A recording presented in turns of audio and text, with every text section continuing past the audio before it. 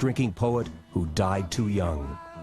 On the record, Jim Morrison's 1971 death was from natural causes. But off the record, there have been numerous legends associated with his passing. Fellow Doors member Ray Manzarek has heard them all. Well, here are the possibilities in terms of Jim Morrison's death. One, he died of natural causes and self-induced excess.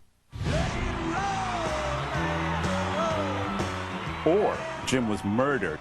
Who knows what the CIA might have been capable of back then?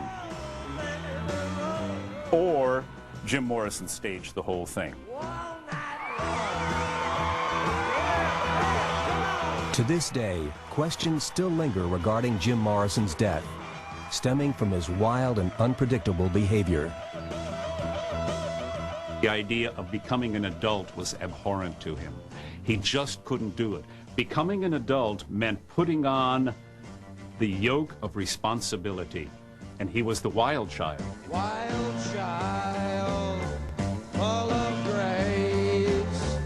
Morrison's rebellious nature did not endear him to law enforcement.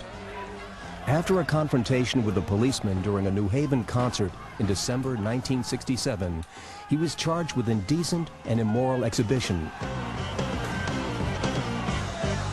In a similar incident in Miami 2 years later, the singer was arrested for indecent exposure, making headlines around the world. Police were busting us. Jim was arrested on stage in Miami and New Haven. It turned into absolute insanity and chaos, and all we wanted to do was rock and roll and poetry. From December 1967 through August 1970, Morrison was arrested 5 times. But the artist who called himself the Lizard King lived life with no regrets. Those who knew him say he felt he only had a limited time in this world. By the time Jim Morrison was 27, the Doors were true rock legends with 8 top 40 hits and a fanatical following. The singer, however, was reportedly growing weary of the rock lifestyle. Jim thought himself a poet first and foremost, and he found playing the role of rock god suffocating. Jim confided to his friend Cynthia Summers. Even though the rest of the world kind of perceives him as being the huge rock star that he wasn't happy with that. The thing that he felt was his real calling was to write poetry. And at heart, he had the soul of a poet. In early 1971, Morrison moved to Paris with his common-law wife, Pamela Corson. Jim Morrison said, I'm going to Paris to get away for a little while. I want to get my head together. I want to write some poetry.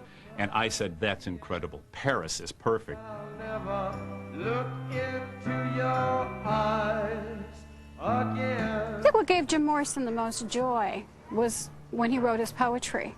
He was very well read, and he was a craftsman with words. Will be so limitless and free. But Jim's affair with the pen was short-lived.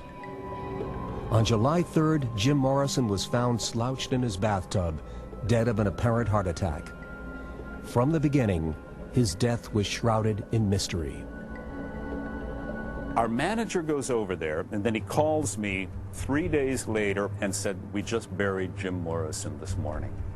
I said, well, how did he look? He said, I don't know. He said, I never saw the body. It was a sealed coffin. And I said, time out. You buried a sealed coffin in Père Lachaise Cemetery, and you never saw Jim Morrison's body? He said, no.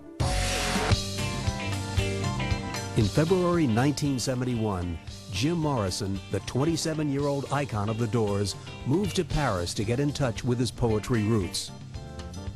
But on July 3rd, Morrison was found dead in his bathtub. He had died of an apparent heart attack. Jim's friends and family back in the States were mystified by the lack of details concerning his death. The French death certificate merely said his heart stopped. But of course, what caused his heart to stop? No one ever found out. If the death certificate on Jim Morrison had said he died of excess, I would have said yes. I can understand that. Pamela Courson was the only reported witness to his death. She alone of Jim's friends saw the body before it was buried in Paris's famed Père Lachaise cemetery.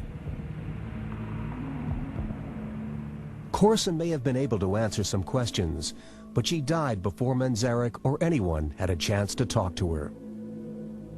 Pamela died very shortly after that, maybe lived a year or two after Jim. I never got to ask her directly what happened.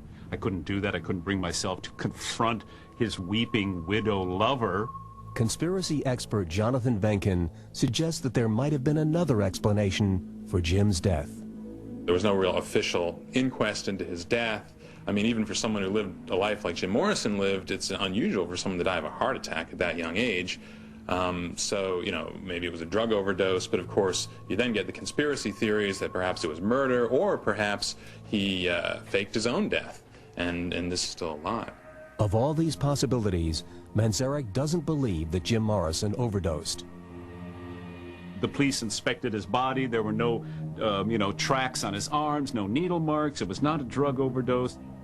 What about the murder theory? And if Morrison was murdered, who would have killed a rock star? Some die-hard fans believe that he was the victim of a government conspiracy. Like many rock artists in the early 70s, Morrison had become increasingly radical as the war in Vietnam dragged on. Feeding the rumors of a government conspiracy was the fact that Jimi Hendrix and Janis Joplin had died less than a year before. Many fans found it strangely coincidental that three hugely influential artists had all died within months of each other.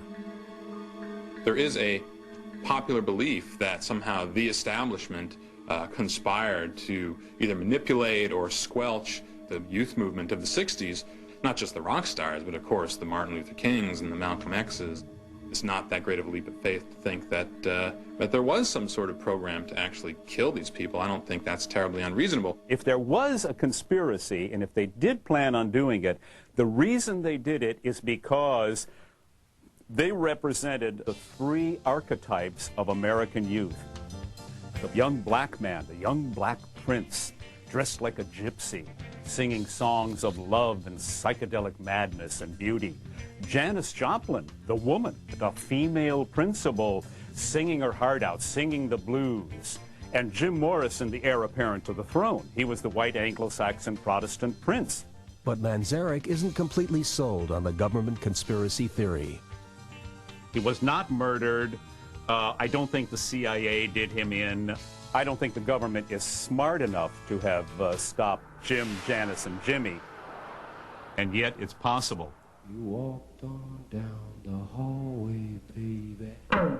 Others believe that Jim Morrison isn't dead at all. As with Elvis Presley, legions of fans insist that Morrison faked his own death to escape the limelight. I get people talking to me all the time about Jim Morrison. Jim is everywhere. Jim's in Africa. I got a letter from somebody saying, we're going to take a boat and we're going to go to Africa and we're going to find Jim. Because at the end of Wild Child, Jim says, remember when we were in Africa. You remember when we were in Africa? Then I got another great letter from Australia, and they said, I know where Jim Morrison is. Obviously, he's not dead. He's in the outback. He has a broken leg. Please send me $1,500, and I'll go and get him and fix his leg and bring him back. So I thought that was the funniest one I'd gotten. Cynthia Summers, however, says Jim would never have disappeared without taking his lover, Pamela. Pamela was the love of his life. There has been a theory that that he might still be alive. But if he was still alive, she would have been taken with him. He wouldn't have left her behind. On the other hand, Ray Manzarek believes if anybody could successfully stage his own death, it would be Jim Morrison. See, I like to think that if Jim, in fact, staged his own death, he went away and went on a journey to the east. Jim Morrison may very well have become a Buddha. That's what I'm hoping, more than anything. Is it possible that Jim Morrison is still alive? Or did he in fact die in Paris in 1971?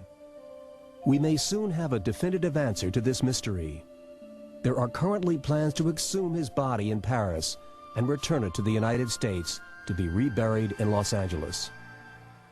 There's a coffin in Père Lachaise Cemetery that may or may not contain the remains of James Douglas Morrison. And that coffin, theoretically, is being taken out of the ground on July 6th or 7th, the year 2001. Jim Morrison is going to be plucked out of the cemetery, and that casket is going to be moved and taken away. Doors fans from all over the world are going to be there screaming, "Open the coffin, open the coffin, open the coffin." I'm going to be there with them. Open the coffin. I don't believe that Jim Morrison is in there. I want to see Jim Morrison in there. What will we find when Jim Morrison's coffin is removed from Père Lachaise?